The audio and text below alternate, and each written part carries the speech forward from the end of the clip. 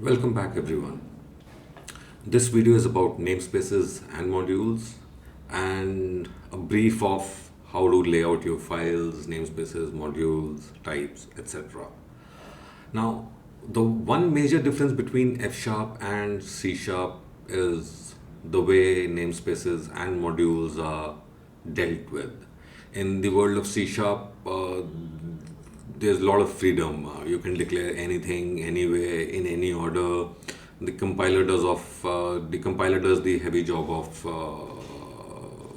resolving everything, and your life is simple. In the F sharp, your life is slightly more complicated, and a lot of people, especially the newcomers, they dislike it. But what I have come to realize after a lot of struggles and reading views of who I consider gurus in F sharp is that F sharp compiler forces you to avoid circular dependencies. F sharp compiler is not doing the C sharp compiler's job because these are different worlds. So after you have spent considerable time in the world of F sharp, and you will run into those issues, compiler issues, and you will run into issues where modules have interdependence or types have interdependence, that will force you to rewrite things. Like I said, I learned it the hard way. The long way is all of that is happening for a purpose. You have to design your namespaces, modules, types, etc., so that there is least dependence, and you have to rely on different techniques and tactics. So we will see all of that in future. But for the moment, let's see what are namespaces and modules. So namespaces are nothing but logical segregation, logical partitioning of your code base. And what you call a module in F sharp is a static class.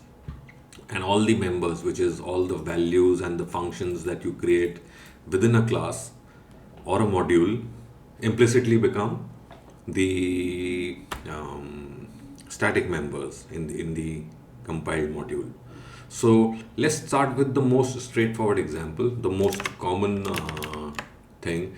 So I have two files here, program.fs and sumecode.fs, where I'll explain various things. So program.fs, this is how you start or declare a namespace. Everything that follows the namespace name becomes part of the namespace. So this module belongs to this namespace, this function belongs to this module. And so I have also given fully qualified names that this is the namespace, this module is nsname.module name, this function is nsname.module name.main. Okay, so this is the most commonly used template. Now comes, this is the one which throws a lot of people off, is no namespace or module declaration. So I'll give you two examples. One is, I'll copy and paste this in program.fs and everything will work fine, except that x becomes program.x. Ignore that aspect. I'll talk about that aspect later. But what I want to show you is, if I copy paste the same thing here, it will not work. And this is what is very irritating to begin with. But let's understand what is going on. If you open the project file, program.fs is the last file in the order of files to be compiled. The F sharp compiler treats the last file in a special way. My feeling / assumption is, typically your last file is your program entry point. So there, for that file, there is some leniency, there is some flexibility offered. Files which are not the last file in the compilation order cannot do this. That is, you have to have a namespace, you have to have this kind of structure, right? This structure is only available for the last file. And please remember, the last file, in the last file, the last module, the last function should be main. If you break that pattern, the order, things will not compile. So this is the example where of no namespace module. With no namespace or module is declared, the file contents are assumed to be part of the module. Module name becomes, so if I go back to program.fs and let me just get rid of the comments. For last file, the provision is that this file will implicitly go into a module called program. So imagine this file was named a.fs. So the module name will become A. If the file was named b.fs, the module name will become B. Okay. So if you roll your mouse over, it becomes program.x because it is in program.fs. This becomes program.y. This becomes program.mod, and this becomes program.mod.x. So I personally avoid this. I declare namespace and modules for each file, but this provision is available for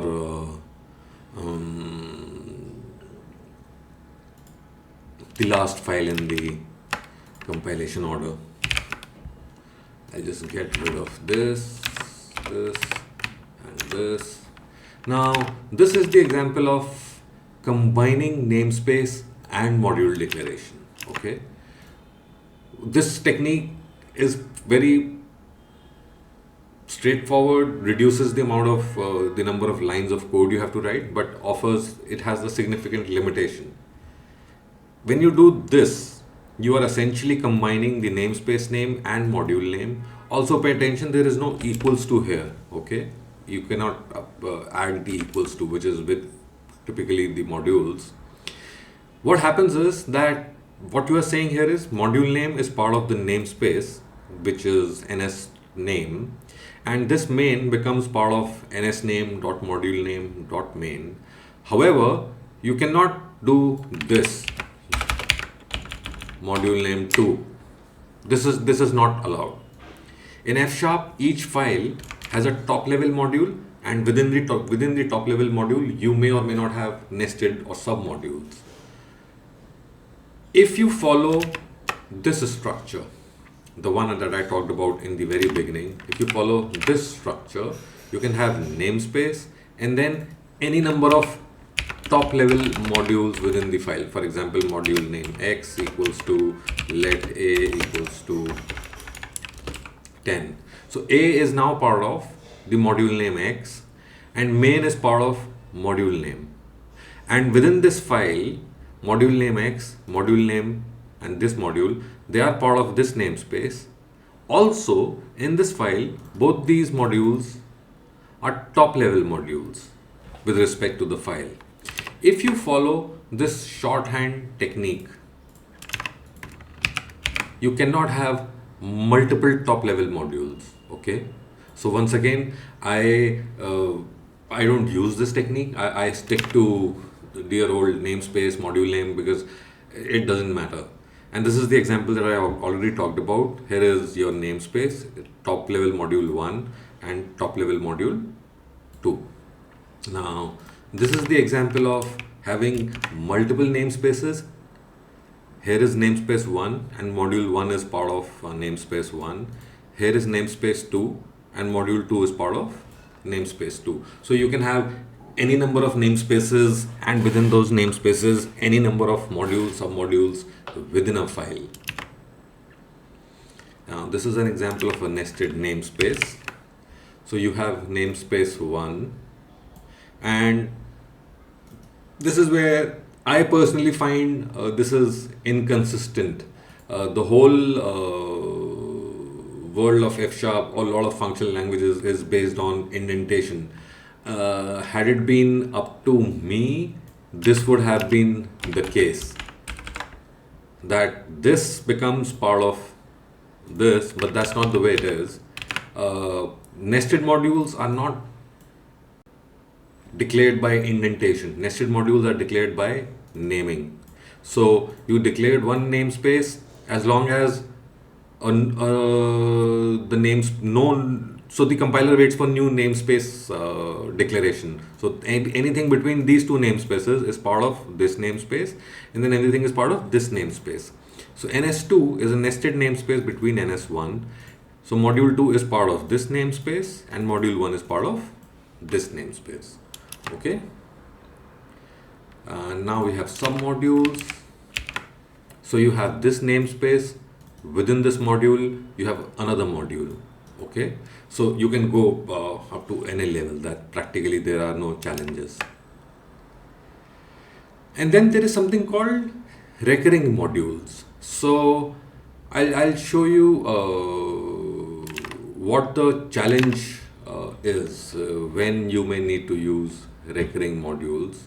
So let me copy this, the typical case, and let me create another module test equals to let add 2 x equals to x plus 2, and let me say let y equals to 10. Now here and let me call it add y and x plus y. Now if you look at it from C#, Java view, this should have worked. This module, which is a static class, and this will be exposed as a static function, this will be exposed as a static field, property, member, whichever works for you, the name works for you. Why should have been available here? So if you say recurring, what recurring does is any dependence between a module. So instead of declaring module, you say module rec. So the interdependence between the members of a module is the compiler lets you, it offers that flexibility that you don't. So ideally you should have done this and everything would have worked fine. But if you want that flexibility, freedom, you can do this also. Okay, so when you declare a module recurring, all the contents, all the members of that module, the dependencies, you have more flexibility on the order, because the dependencies are compiled by resolved by the compiler. You use the open keyword, like this is how we do it. Open system, this opens the system namespace. Okay, I need to do this within the namespace. This is another difference from the C# world. Open system.net sockets, whatever. So this is how you open modules. And opening types. Opening types is equal to the static using in C#. So for example, add pi x equals to x plus system dot math dot pi, and if you, since you have systems, you can get rid of this, and if you want to use pi without the class name, you can say open type math, and you can get rid of math. What this line of code does is all the publicly available static members of this class or module in F# will appear as local members within this file.